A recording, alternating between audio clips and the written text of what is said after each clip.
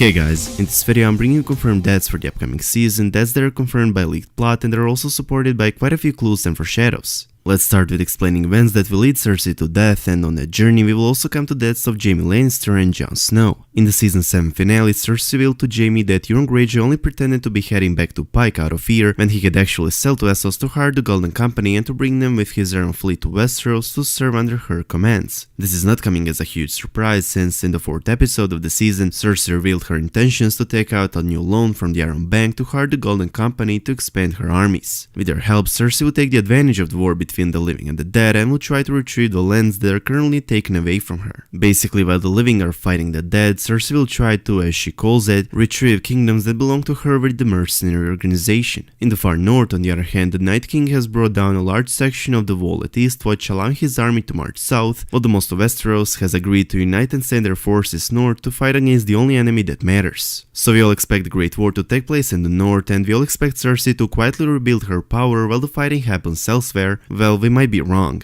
Now that the Night King is in possession of a dragon and no longer has to worry about the wall, he will most likely cause devastation across the whole Westeros, not only in the north. The leader of White Walkers can now fly anywhere in Westeros relatively quickly, and he can raise the dead. Not only is this a place where people in most cases don't burn the dead, but due to the recent wars ravaging Westeros, there are plenty of corpses laying in mass graves. At the moment, all main characters think the battle will be fought in the north on a front defined by the advanced army of the dead, and partly they are correct. The north will face a 100,000 strong army of White Walkers and their whites, but the Night King will fly Viserion to the far south across all Westeros and will raise the dead, thus the entire continent will be facing a horde of whites overnight. Now you might be wondering, how is this event confirmed, but give me a few moments to explain it to you. While prophecies in Game of Thrones don't literally come true, visions on the other hand do. We know this for a fact, as in the 6th episode of the 6th season, after Mira flees the cave with Bran received multiple visions of past and future events, and one of his visions from the future already came true in the season 6 finale. Bran's vision of the exploding wildfire already came true, as Cersei and Qyburn used it 4 episodes later to destroy the Great Sept of Baelor with majority of her enemies.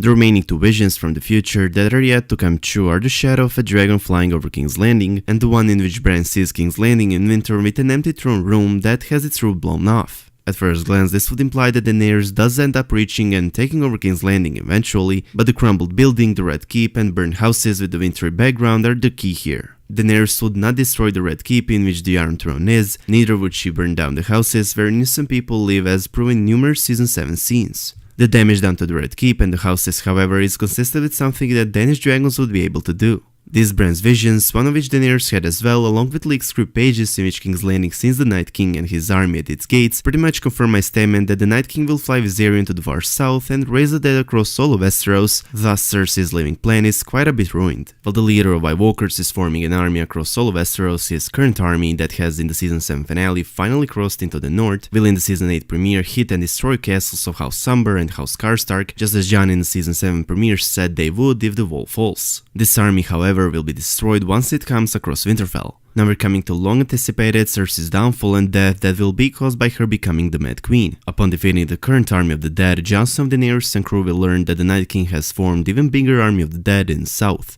Bran Stark will inform them that the Night King is marching his army on King's Landing. Before I continue, let me just highlight that this victorious battle for Winterfell is going to be filmed on a Winterfell set for which the production has for the very first time made an actual battlements, as there's going to be a huge battle scene filmed. They've also made an actual outer walls with which main characters and extras will interact with, and they also have fake snow on set since real people portraying White Walkers and Whites are going to march over it. Anyways, upon learning that the Night King is preparing to attack King's Landing, Jon and the entire living side will have to go to the capital and help Cersei defend it, since it's the largest city with a population of 1 million innocent people. All main characters being at King's Landing at some point of the final season has been confirmed by recent filming news. The Dubrovnik Times reported that HBO series will shoot part of its final season in their city, which doesn't come as a huge surprise, knowing that Dubrovnik has been the main filming location for King's Landing ever since the 2nd season. However, in their report they especially highlight that this filming will involve much of the main cast, which means that the majority of main characters will be at King's Landing at some point of season 8. This matches perfectly with the leaked script in which it states that majority of main characters are present at King's Landing later in the season. Even though Jon Snow, Jaime and basically every single character with their armies are coming to the capital to help Cersei defend it, except for Daenerys, Jorah and Sam, the Mad Queen will make a huge mistake that will finally lead Jaime to realize that his sister is no different than the Mad King he already had to kill in order to save hundreds of thousands of innocent lives.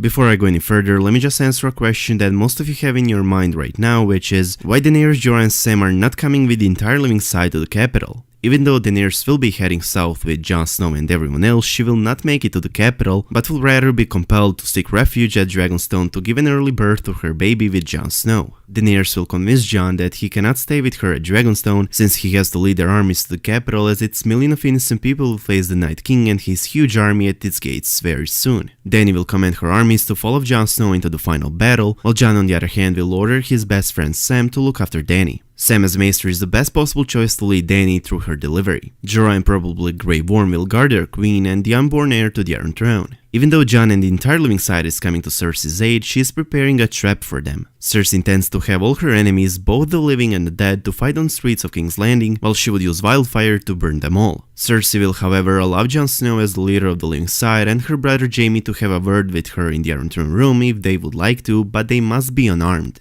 Jaime will warn Jon that it might be a trap, but this is a request Jon will accept with a statement, "It's the only choice we have. If we want to win this war, we must fight together." And Jaime will follow. As expected from the Mad Queen, Cersei will have Jon Snow arrested and locked up in her dungeons as soon as he enters the Red Keep. One script page involves Jaime trying to convince Cersei that her true enemy is the Night King rather than Jon Snow, and therefore she should release him from the dungeons. He says, "Daenerys is not your enemy, Jon Snow is not your enemy. The only enemies you have to worry about are outside the city gates right now." Cersei takes her seat at the throne, saying nothing. Jaime inches closer to his sister. His face is contorted in a look of desperate pleading. This has to work. Jaime says, "Cersei, you're an intelligent woman. You may be jealous, you may be cruel, but you know how to place your bets. Keeping the only man who can defeat the White Walkers in chains is not a smart bet." Cersei responds with, "You would have me release the usurper? Tell me after the Northern Fool and his white-haired defeat the Night King, what do you think will happen to me?" This is a moment Jaime realizes that his sister and former lover is no different than the Mad King he had to sacrifice his honor for and save many innocent lives. Jaime realizes that Cersei intends to use wildfire to get rid of all her enemies, including Jon's and Dany's armies that came to save the capital. Jaime realizes that Cersei is about to order the entire city to be burned to ashes with million people in it, rather than support the living side and fight the Night King, because she knows if the living side is to win, she will not be able to keep the Iron Throne. It's still unknown whether or not Cersei is aware that there's caches of wildfire on the Red Keep itself, even though it would not be surprising if she does. When faced with defeat, Cersei most certainly would not hesitate to blow up King's Landing, even if it means she would die too. Don't forget that when it appeared that Stannis was winning the battle for King's Landing, Cersei was ready to kill herself along with her child. In the leaked script it says that upon learning that Cersei intends to do the same the Mad King intended to do, Jaime starts walking up the steps to the throne. The Mountain watches him closely, breathing heavily under his helm. Jaime says, "You can't do this, Cersei, there must be another way." Cersei replies, "There is no other way. The city gates will fall in an hour." Jaime then says, "Innocent lives are at stake here, 1 million innocent lives." Cersei fidgets in her throne, uncomfortable, and says to her brother, "Get away from me." Unfortunately, we don't have the following page at the moment, but we all can assume what is going to happen next. Jaime already sacrificed his honor once in order to save hundreds of thousands of innocent lives by killing the Mad King, and has ever since been called the Kingslayer. However, Cersei now intends to do the same. It's pretty safe to say that Jaime is going to kill his sister once she gives an order to Qyburn to, as the Mad King used to say, burn them all. Throughout the show, we've learned that the scars Jaime carries from his decision to kill King Aerys Targaryen run deep, and Jaime is a man desperate to forge his own legacy, not to be remembered as a Kingslayer. Jaime will do noble sacrifice once again, but this time he will not trade it with his honor, this time it requires his life. Jaime will sacrifice himself by killing Cersei, as he knows the Mountain will kill him immediately. Even two-handed Jaime would find the Mountain as quite a match. Jaime will kill the ruler of the Seven Kingdoms once again, but this time people will not mock his name. This time everyone will know that Jaime Lannister is the savior of the city and the only reason they are alive. His name will be remembered as a hero, and this great deed will fulfill his empty pages in the famous Book of Brothers. The Book of Brothers is a tome that records the deeds of every knight who has ever served in the 300-year history of the Kingsguard.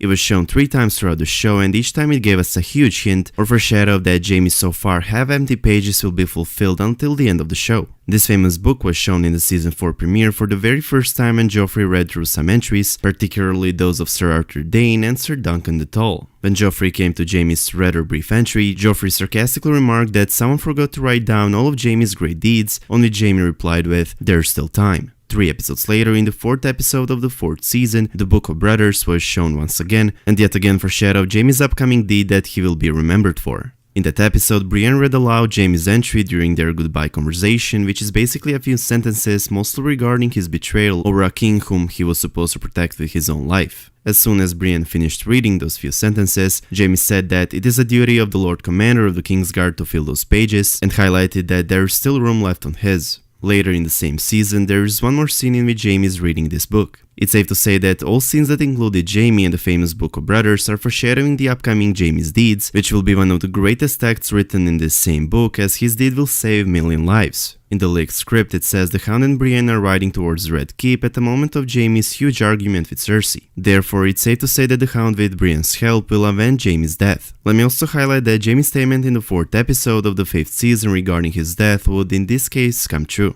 In that episode, Bronn asked Jaime how would he like to die, and Jaime responded with, "In the arms of the woman I love." That woman would be Brienne. She will arrive in the throne room with the Hound just at the time to see the mountain striking down Jaime. The Hound will then finally fight his brother while Jaime is exhaling his final breath in Brienne's arms. This Jaime's end might have been foreshadowed with Lady Olenna's last scene. Olenna Tyrell hinted that Cersei's end will be Jaime's end as well. She said, "You really do love her. You poor fool, she'll be the end of you." Anyways, even though Jaime will save King's Landing from wildfire, the capital is still facing the Night King's huge army at its gates. Bran's only remaining vision from the future at this point to come true is the one Daenerys also had in the House of the Undying. The charred remains of the throne room of the Red Keep in King's Landing, the roof collapsed, and everything around the Iron Throne covered in snow. Now let me say it again, while prophecies don't literally come true, visions in Game of Thrones do. Long story short, the Night King riding his dragon will destroy the Red Keep in which the Iron Throne is. He will also burn down quite a few houses where innocent people live until the living side manages to win, if they even do. This Night King's attack on the capital has been confirmed not only by the leaked script in which he is preparing for the final attack, but also with leaked photos of King's Landing set. We know the show is currently building a King's Landing set to do live pyrotechnics. It means that some parts of the capital will be burned down by a dragon, as Dragonfire in Game of Thrones is portrayed by live pyro. Considering that the Night King is burning down the Red Keep, while at the same time Jon is locked up in its dungeons, it places Jon's life in pretty dangerous position. In conclusion, I suggest you to brace yourself, because many main characters are going to face their end in the final season. And as always, let me know your opinion about all of this in the comment section down below. I hope you guys enjoyed this video. If you did, please make sure to subscribe to our channel, and I hope to see you in the next one. Peace.